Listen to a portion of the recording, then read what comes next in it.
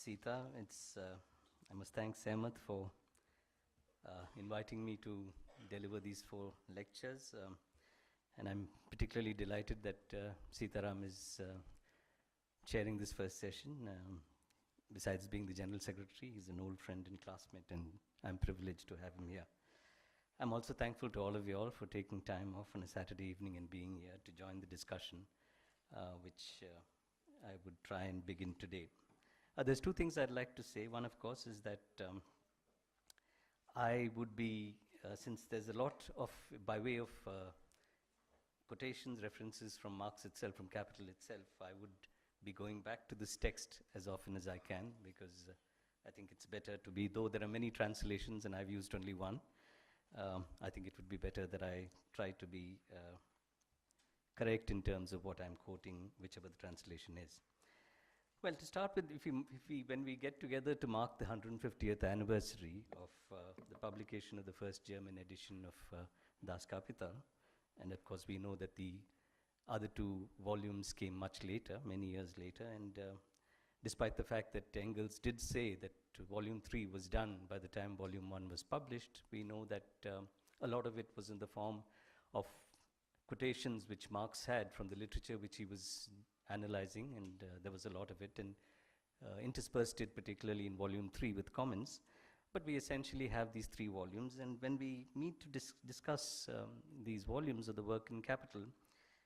this is not obviously only because this is a seminal text of great historical interest, which of course it is, but we meet to celebrate a treatise that is in some sense influenced all those who over the last 150 years have actually tried to understand the nature and dynamics of capitalism. This, of course, includes a large number of workers' and peasants' movements, to which Capital, and of course a lot more writings of Marx and Engels, but Capital in particular was the equivalent, as Engels put it, of the Bible to the devout Christian, as it was to the working class in continental Europe. That's the way in which Engels described Capital. But it's also true that this is a text which provides us with the essentials of a method that helps us to a certain extent to extend and contemporize the analysis in Capital. In some, it's a living text with an abiding influence. I must just correct that my 3rd lecture is not revising Capital, but revisiting Capital in the age of finance. I wouldn't be trying to revise this. So for these reasons, in the 150 years since the publication of Capital, we know there's been a number of attempts, on a number of people have attempted to read this and interpret it in very different ways, with each reading being influenced by the social, political, and economic conditions of the time. That, of course, must be the way, that's the way it should be, given the fact that this is not just an economic treatise, but also a political testament, as Sitaram mentioned. But it's also important because of the fact that Marx himself, in some sense, believed that, theorization in general, but political economy in particular, is influenced substantially by the social and political conditions of the time in which new ideas emerge, including those, of course, of the classical economists, and that in some sense the nature of the society and the contradictions which characterize it at the relevant point of time influence the nature of thought which emerges out of that context. So when we return to Capital today, it's not merely to understand its method and substance, which of course is important, but to use Marx's method to assess the transformation of capitalism over these 150 years, and to try and see that while recognizing this transformation, how it influences our own reading and analysis of the substance of capital and how we apply it to the understanding of contemporary capitalism or current day capitalism. In fact, if we look at many of the writings of Marx and Engels in these sort of decades between the Communist Manifesto and the first volume of Capital, it would appear that they would have considered it odd that there would at all be an occasion 150 years after the publication of the first volume where we would be considering Capital as being anything more than a text of historical interest. because their idea, they clearly believed that the rapid development of the productive forces evidenced by capitalism in England, um, the, the, the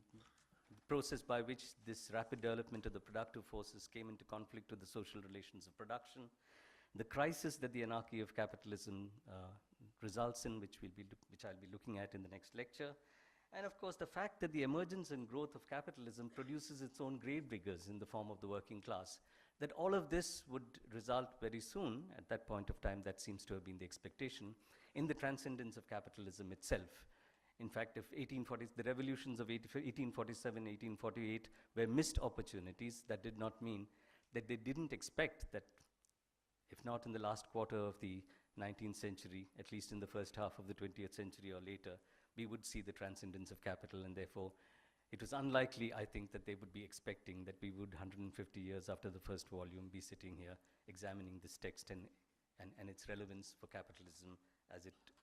exists today. The perception implicit in this idea that we're going to see this transcendence in what was to a certain extent perceived as a revolutionary time. Part of the reason Engels was sort of pressurizing Marx, we know, to complete Capital was that he felt that this text was needed given what was happening in terms of the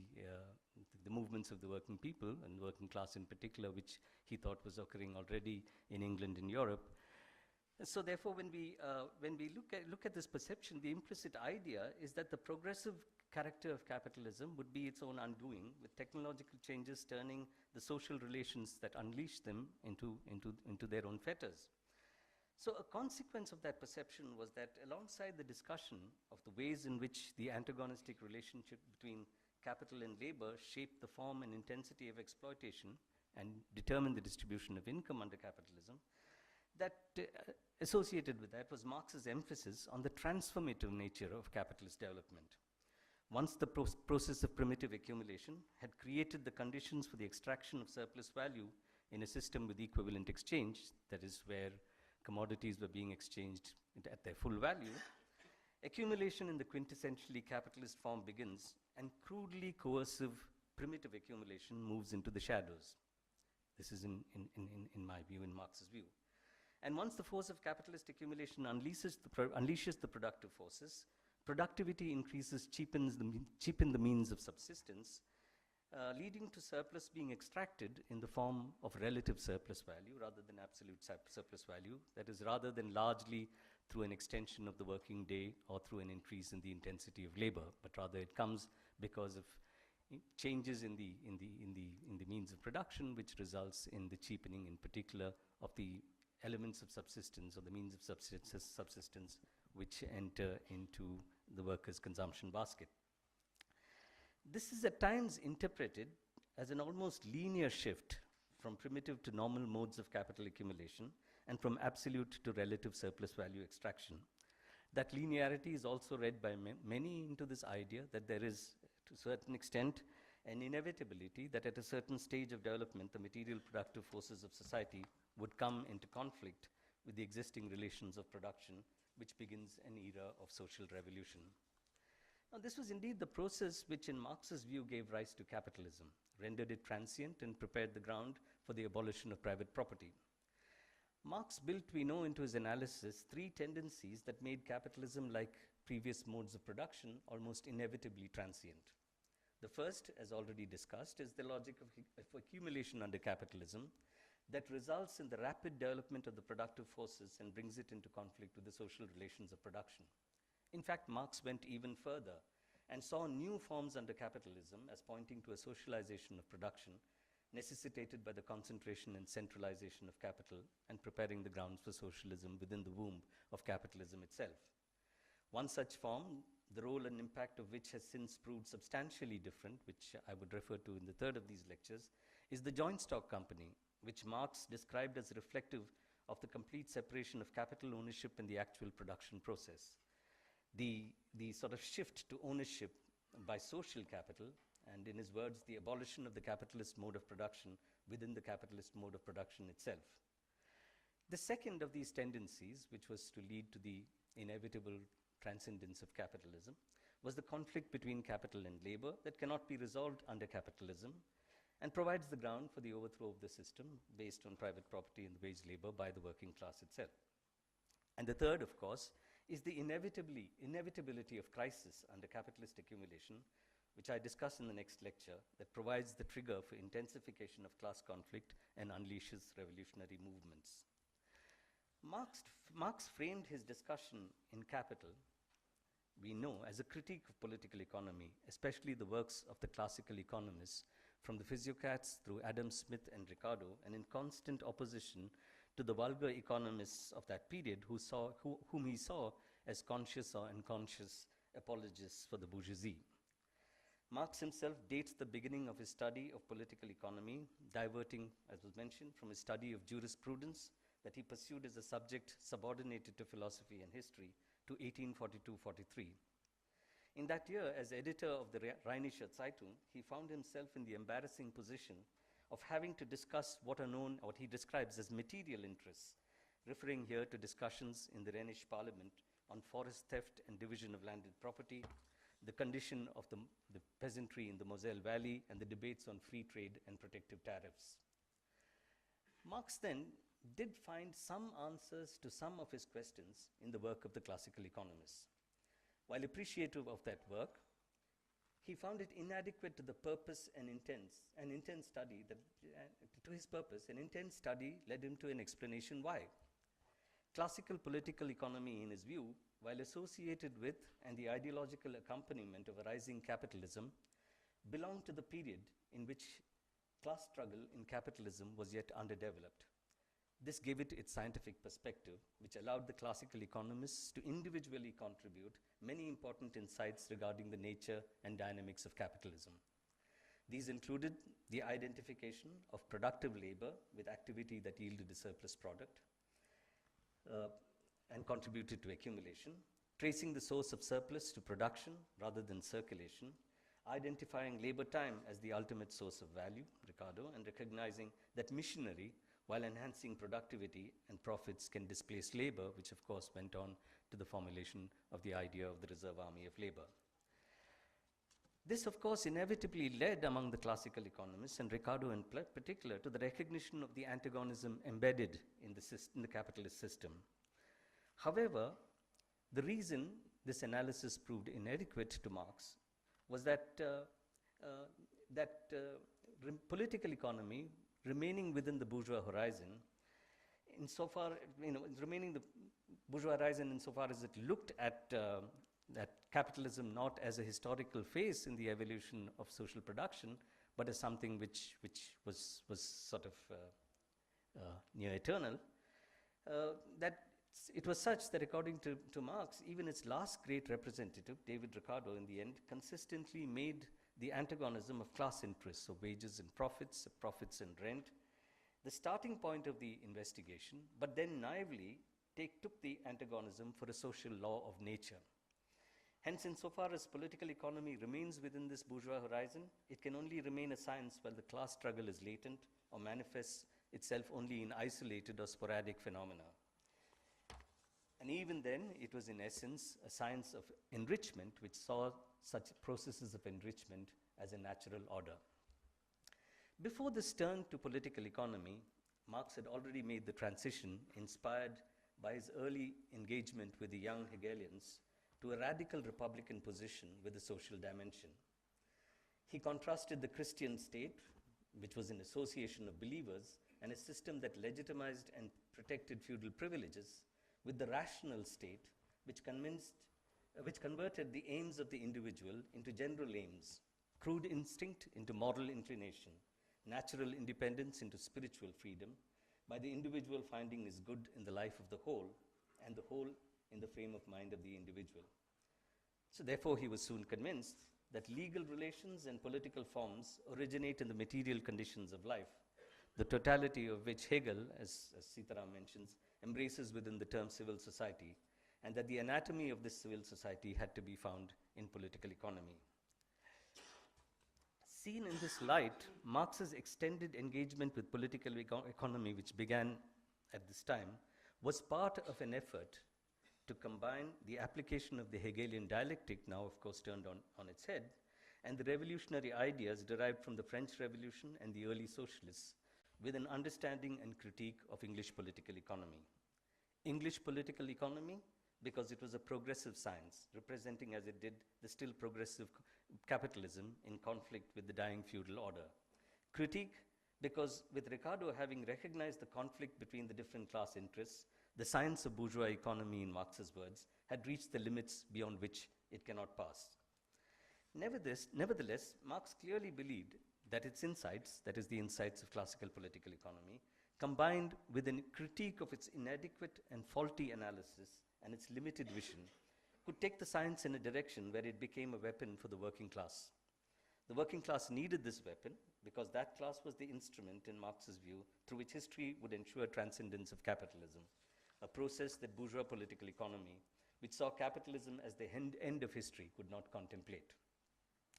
This perception was in keeping with Marx's adherence to and use of Hegel's dialectic, which in its rational form, he argued, includes in its comprehensive and affirmative recognition of the existing state of things, at the same time also the recognition of the negation of that state, of its inevitable breaking up because it regards every historically developed social form as in fluid movement and therefore takes into account its transitional nature not less than its momentary existence, because it lets nothing impose upon it and in some sense is critical and revolutionary. So it was the combination of political economy with this larger perspective, which I really am not competent to go into in great detail, which led up to what we see in these 3 volumes. While classical political economy was his point of departure, Marx's discussion in Capital marked a substantial leap forward in a number of ways. There was the obvious factor of method, where he starts with the elementary form in which wealth appears under capitalism, commodities, to first identify the substance of value, which is abstract labor time. That in turn gives the magnitudes that define the proportions in which commodities exchange in the market or their exchange values. While commodities may be produced and exchanged in different contexts, starting at the borders separating tribal communities and moving on to the thriving urban centers of feudal regimes, commodity production under capitalism he saw as different for 2 reasons, as we know. First, only such products are best suited to serve as commodities, as a result from different kinds of labor, each being carried out independently and for the own account of private individuals. So the developed division of labor associated with capitalism universalizes commodity production. And second, labor power itself appears as a commodity, where the laborer alienates the use value of his capacity to labor and earns the exchange value of that capacity to labor.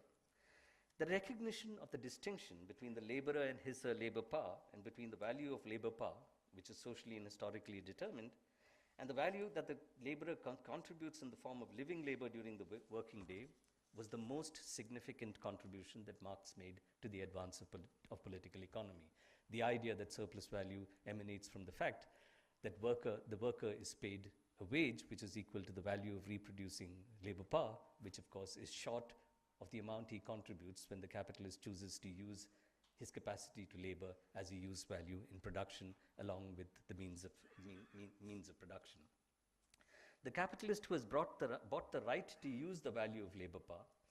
which he has paid for at its value, acquires the right to the surplus value that is congealed in the new commodity produced when he combines labor power with the material forms of capital he owns in the process of production. The surplus value acquired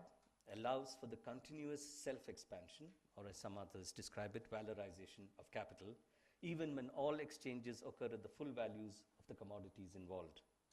This was the fundamental conceptual advance made in Marx's enunciation of the labor theory of value. One consequence of these defining features of capitalism is that the circuit of capital relevant to the capitalist is the circuit of money and productive commodity capital. Money, M, as the ultimate expression of exchange value, is deployed to acquire commodities that embody surplus value. Commodities in the form of means of production and labor power, to produce commodities that embody surplus value, which are then converted in the sphere of circulation to a larger sum of money, M prime. The circuit MC M prime is no more the result of accidental price variations or unequal exchange realized through the manipulations of merchant capitalists, but the generation of surplus value that allows for the constant self-expansion of value that is the form of existence of capital. This makes the production of use value incidental to, though necessary for the capitalist, who as capital personified is focused on the extraction of surplus value for accumulation. Insofar as the capitalist is capital personified, his motivating force is not the acquisition and enjoyment of use values, but the acquisition and augmentation of exchange values. He is fanatically intent on the valorization of value. Consequently, he ruthlessly forces the human race to produce for production's sake. In the process, however, and I return to this, he plays a progressive role and spurs on the development of society's productive forces and the creation of those material conditions of production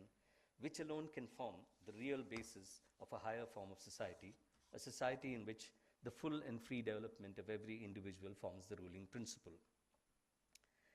It should be clear, therefore, that what makes a commodity-producing system quintessentially capitalist is not the universalization of exchange, but the generalization of commodity production in the sense that labor power too is a commodity. Unlike under slavery or feudalism, where the slave owner or feudal lord controls the laborer and has access to his or her labor time because of bondage and coercive power, the capitalist confronts the worker as the owner of labor power with the freedom to work for whomsoever she or he chooses. Since labor power is the capacity to labor, the laborer must also be in a position and willing to alienate this capacity and offer it for sale to the capitalist. For these choices to be made, she or he must be free in a double sense. Free to dispose of her or his labor power as a commodity, and free of or separated from all commodities that would allow her or him to use and realize the value of this capacity to labor. Marx did at times present the realization of this dual freedom as the first step, and I'd like to repeat that, the first step in the development of capitalism through a process of so-called primitive accumulation, in which peasants and petty producers are separated through expropriation from possession, control, or ownership of the means of production. Such expropriation was defended by bourgeois political economy as being the result of wealth accumulated by an elite that was diligent, intelligent, and above all frugal. However, it was in actual history, as Marx documented, the result of conquest, enslavement, robbery, murder, in short, force, which divorced producers from the means of production. While emancipating these producers from serfdom and the fetters of the guilds, it also left them with nothing to sell but their labor power. There were also other forms in which non-market processes were used to accumulate capital as part of the process of primitive accumulation. To quote Marx, the rising bourgeoisie needs the power of the state and uses it to regulate wages, that is, to force them into the limits suitable for making profit, to lengthen the working day, and to keep the worker himself at his normal level of dependence. This is an essential part of so-called primitive accumulation. In fact, at the end of the 17th century in England, it took the form, Marx argues, of a combination of moments that embraces the colonies, the national debt, the modern tax system, and the system of protection. That is, his understanding of primitive accumulation extended substantially in directions which brought in not merely the fact that there was the separation of the worker from the means of production, the expropriation of assets, the concentration of capital in a few hands, but also the use of the state in multiple ways, including colonialism, in order to be able to engage in the task of primitive accumulation. Once this first step was complete, capital accumulated at one pole confronts the doubly free worker, and capital accumulation based on surplus value extraction in production proceeds. I would come back to why I have underlined this idea of the interpretation that this was in Marx a first step. Accompanying and following this process is another transition that Marx presented as reflective of the development of capitalism proper. Since the magnitude of surplus value depends on the total length of the working day and the value of labor power, it can be increased, as we all know, either by lengthening the working day, and which is the extraction of absolute surplus value, or by reducing the value of labor power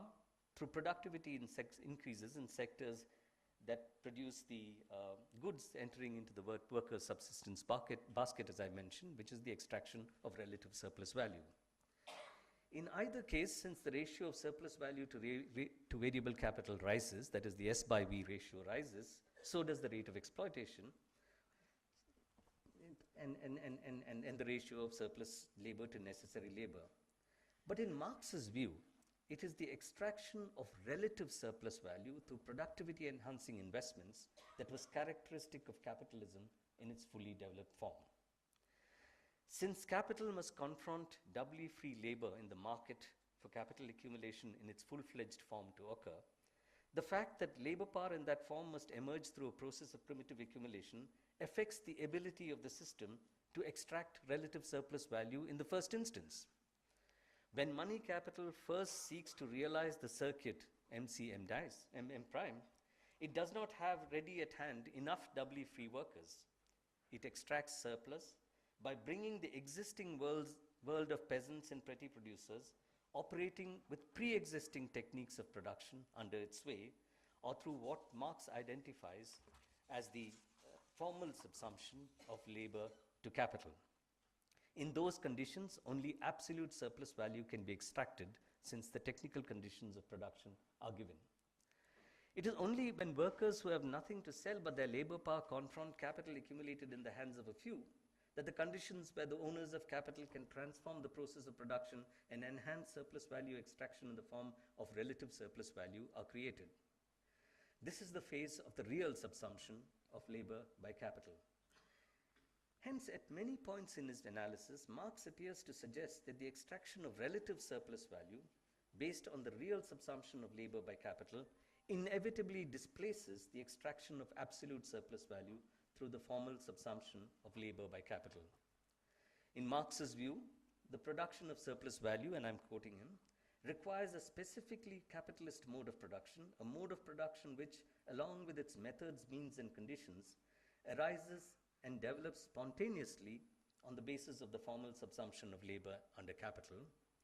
This formal subsumption, he argues, is then replaced, and that's his word, by a real subsumption. These suggestions that primitive accumulation is only a first step in capitalist evolution,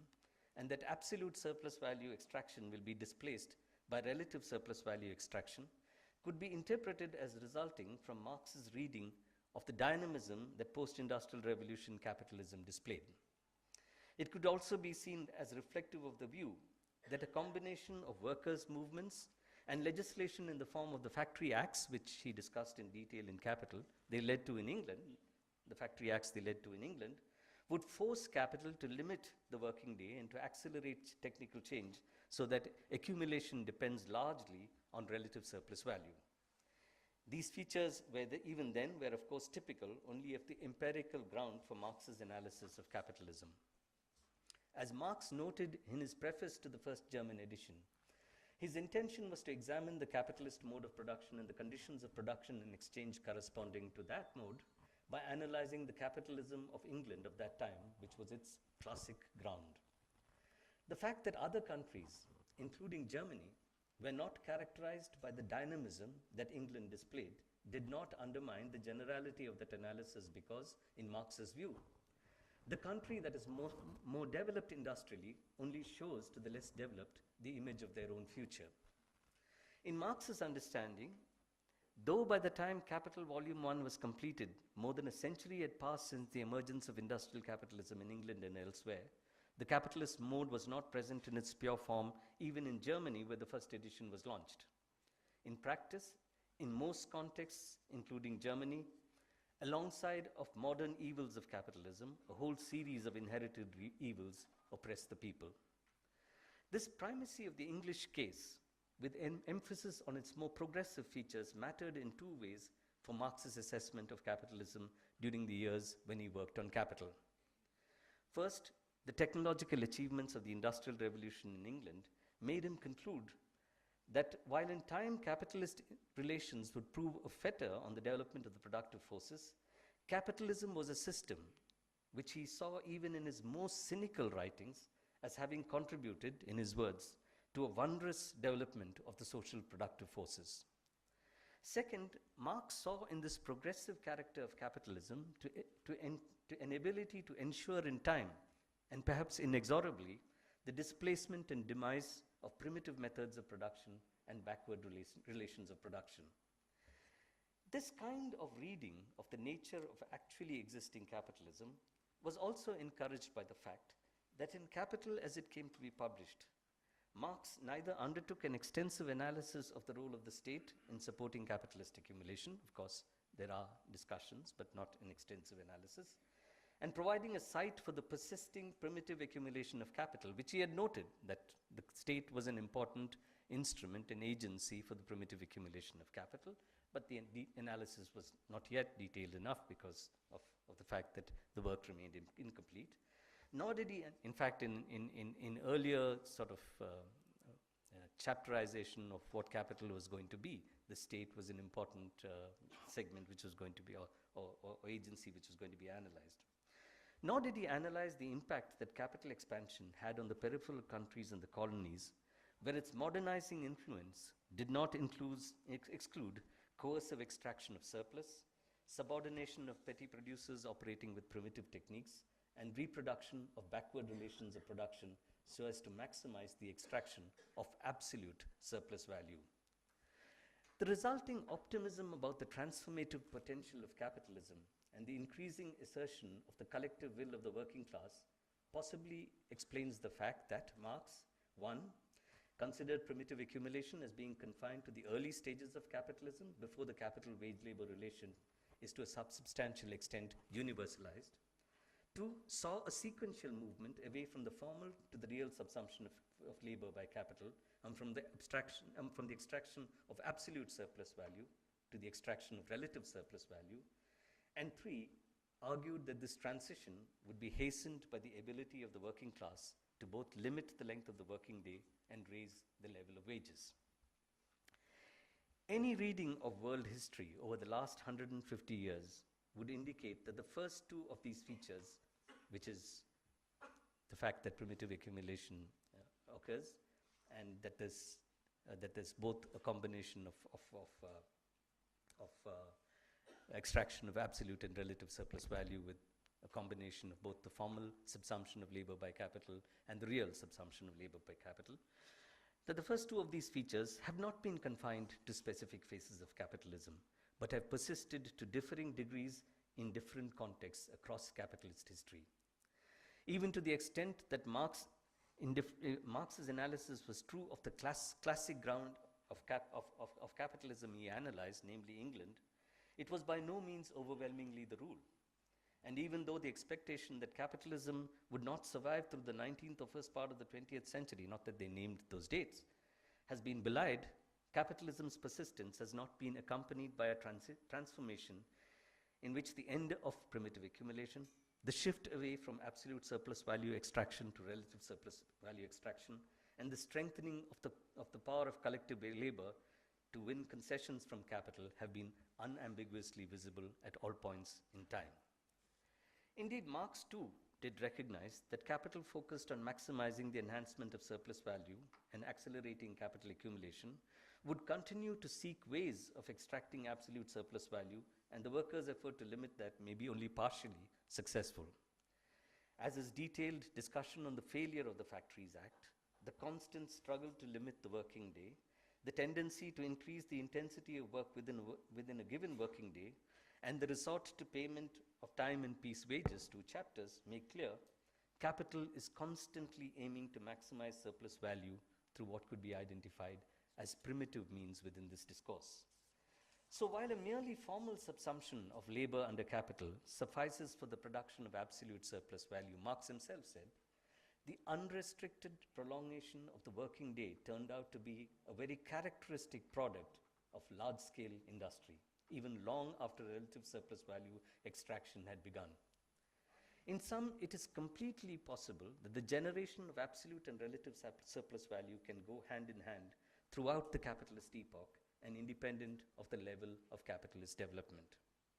This also occurs by ensuring the worker is not paid the full value of labor power, as was assumed, in order to be able to bring out the true and source of surplus value, even in a context in which we have an exchange of equivalence. So this also occurs by ensuring that the worker is not paid the full value of his labor power, as happens under the assumption that all commodities, including labor power, are exchanged as equivalents. Since wages are paid in money and take various forms such as time and piece wages, it is possible to reduce the wage per unit of time, say an hour, to such a level where the commodities that the wage can buy are not enough to replenish the capacity to labor, and workers are forced to work long hours or more intensively in order even to earn a miserable wage.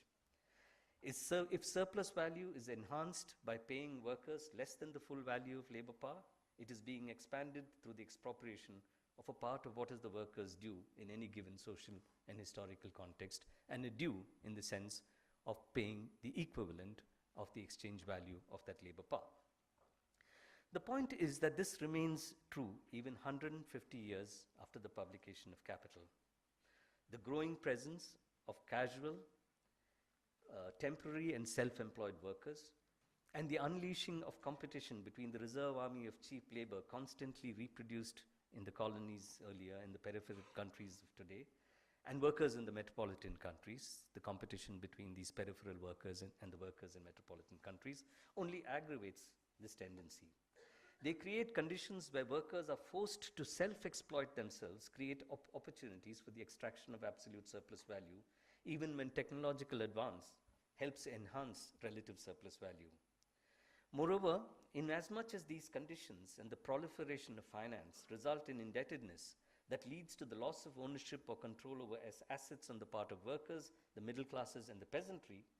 the expropriation of assets that can be sold or used later in surplus value generating productive activity becomes the means to extract surplus without the mediation of productive activity in the first instance. Finally, any study of actually existing capitalism must treat it as a world system and not just as an English phenomenon. Marx's discussion of imperialism outside of capital, in his New York Tribune articles, for example, did recognize the role of surplus transfer and market access in the colonies in sustaining capital accumulation in capitalism's classic ground. And two, the role of the subordination of the petty producer and peasantry and capture of the state by capital in extracting the surplus that was transferred to England. Such transfers and market invasion continue to play a role through the 20th century and does so even today, now under the aegis of finance as well. So the transformation that Marx took for granted, though visible and significant, has not been taken to completion, even in the developed capitalist world, and definitely not in the large, underdeveloped or less developed periphery of capitalism. It is clear that the period after the Second World War, when unemployment in the developed world was low and welfare state measures were in place, was an exception rather than the rule. A feature of contemporary capitalism is the large size of the so-called informal sector and high proportion of informal employment. This is obvious in the less developed countries, where the informal economy, we know, accounts for between half and 3/4 of all non-agricultural employment, with poor employment conditions involving lack of protection when wages are not paid, compulsory overtime, layoffs without notice or compensation, and the absence of benefits such as pensions and insurance. But with unemployment in the developed countries soaring and remaining high after the 2008 crisis, descriptions of the labor market point to precarious conditions there as well. This has affected the young in particular, who are experiencing long spells of joblessness, suffer from large exposure to temporary and precarious jobs, and are forced to accept reductions in working time, but with even lower wages than before. So the dominant conclusion from the 150 years that have passed is the persistence in changed forms of the extremely intensive exploitation of workers and producers, especially in the periphery, through primitive forms of subsumption and the persistent reliance on absolute surplus value extraction, and the realization of all of these at the expense of weakened labor with help from the state. The intensity of these means of exploitation increases when the correlation of power favors capital and society does not restrain it even partially. Moreover, ever since the onset of the monopoly phase of capitalism in the quarter century after Volume 1 was published, the role of the state as a means and site for primitive accumulation has hugely increased. Among the reasons for the resilience of capitalism and this ability to find new avenues to extract surpluses using old means, among the reasons for the resilience of capitalism are this ability to find new avenues to extract surpluses using old means. Even in contexts where the tendency for the rate of profit to fall is operative, and those contexts we know are limited for a number of reasons which I should discuss, it can be counteracted by raising the rate of surplus value by means such as this, as we shall discuss in a later lecture. However, the fact that capitalism has proved to be more resilient than Marx and Engels expected is a call not for dropping the analysis on which it was based, but for taking forward what I think is the open-ended discussion in the still incomplete Capital, and for creatively applying the method that Marx and Engels developed. Such creative application must take into account the changes in capitalism at the end of that prolonged history and the implications this has for the nature of capitalism and its dynamics. By the 1840s, which is when Marx's engagement with political economy began, England, having experienced the rise to dominance of capitalism, was in the midst of the transformation wrought by the Industrial Revolution and had already emerged as the world's leading imperial power. At the beginning of the 19th century, the majority of the workforce was engaged in agriculture and related sectors, and the non-agricultural sector had the characteristics of a handicraft economy. By the late 19th century, however, factory production was common, and according to the 1851 census itself, 47% of the workforce was employed in the secondary sector, which is manufacturing or industry and construction. This was the classic ground which provided the empirical basis on which Marx built his critique of the classical economists. Compared with that, circumstances are vastly different in the age of finance. In today's United Kingdom, industry and construction account for a fifth of total value added, and agriculture and related activities for less than 1%. The figures are similar for the US and Germany. Services clearly dominate economic activity by a wide margin. Within services, finance, insurance, and real estate account for a fifth of total value added in the UK and the US. And finally, in the US, the share of domestic corporate profits accruing to financial companies increased from about 7% in 1947 to 29% in 2000, which is where it stands today. The proliferation of finance has meant that financial assets have become an important mode of acquiring wealth, and that ownership of financial assets is an important means of capital accumulation. Associated with these features of the age of finance is the evidence that over long periods, not only are the wages of workers slow to rise or even stagnant, contributing to rising inequality when productivity rises, but that underlying this tendency is the fact that increasingly regular work is the exception, with a growing role for self-employment and casual short-term employment. To the extent that across a stagnant average wage rates per hour of work vary, workers are required, if the market permits, to extend their number of hours of work to achieve some historically given target wage that allows for the reproduction of labor power. And an important factor underlying this tendency is the internationalization of capitalist production, as I noted, through which the large reserve army of cheap labor in less developed countries is used as a weapon to tame the demands of workers in the developed countries for decent working conditions and a decent wage. In a fragmented and segmented labor market, the role of capital in this form of extraction of absolute surplus value may be missed. But these features of contemporary capitalism must influence the analysis of capitalism deriving directly from Marx's Capital, written while examining England's more dynamic industrial capitalism. This is what is going to be the dominant concern in the lectures that follow, in the first of which I would be looking at what was still an incomplete description of the determinants of crisis under capitalism and the implications of that in the context of current conditions of capitalism. In the third, I would like to turn to revisit capital in the age of finance, in which we need to look at one factor, and I just flag it today, which is that if we look at Marx's analysis of fictitious capital,